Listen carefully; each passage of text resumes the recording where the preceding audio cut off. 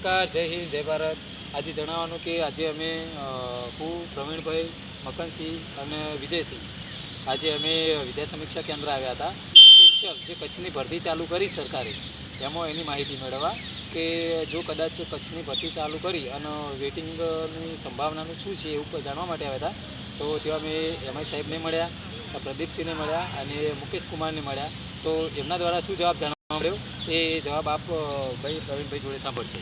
રમેશ સાહેબશ્રીને જ્યારે મળ્યા ત્યારે અમને એવું કહેવામાં આવ્યું કે જેટલી કોઈપણ કેટેગરીની જગ્યા હોય એનું વેઇટિંગ લિસ્ટ આવે. ઉદાહરણ તરીકે એમાં 20%, 5,000 ઉમેદવારો હતા સામાન્ય ભરતીના, તો એને 20% મતલબ 1000 વેઇટિંગ આવે.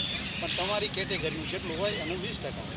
ઉદાહરણ તરીકે ઓબીસીનું 769 જગ્યા હતી, તો એનું વેઇટિંગ લિસ્ટ 153 સીટ આવે એવું અમે અંદરથી રૂબરૂ જાણીને આવ્યા છીએ. અને એમને એમ કીધું છે કે થોડાક ટાઈમની અંદર અમે માહિતી મંગાવી લઈએ છીએ. એક્ટિવ કાર્યરત પણ હતા, માહિતી મેળવી લઈએ છીએ. પછી અમે એનું વેઇટિંગ લિસ્ટ આ કચ્છની ભરતી પૂરા ત્યાં પહેલાં અથવા તો થોડા ટૂંક સમયની અંદર અમે વેઇટિંગ અપડેટ કરશું. એ ફરજિયાત એવી વાત કરી છે.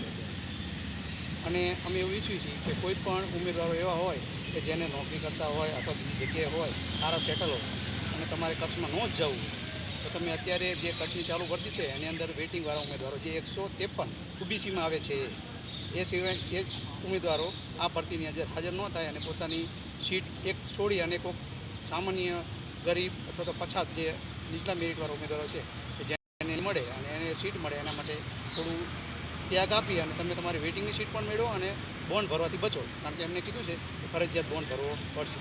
હા, રેડી. અને મિત્રો, સાહેબે ટૂંકમાં એટલું પણ કીધું બાંયધરીપૂર્વક કે 153 સીટો મતલબ 20% પ્રમાણે ફરજિયાત ભરવાની જ છે અને ફરજિયાત વેઇટિંગ તો આપવાનું જ છે.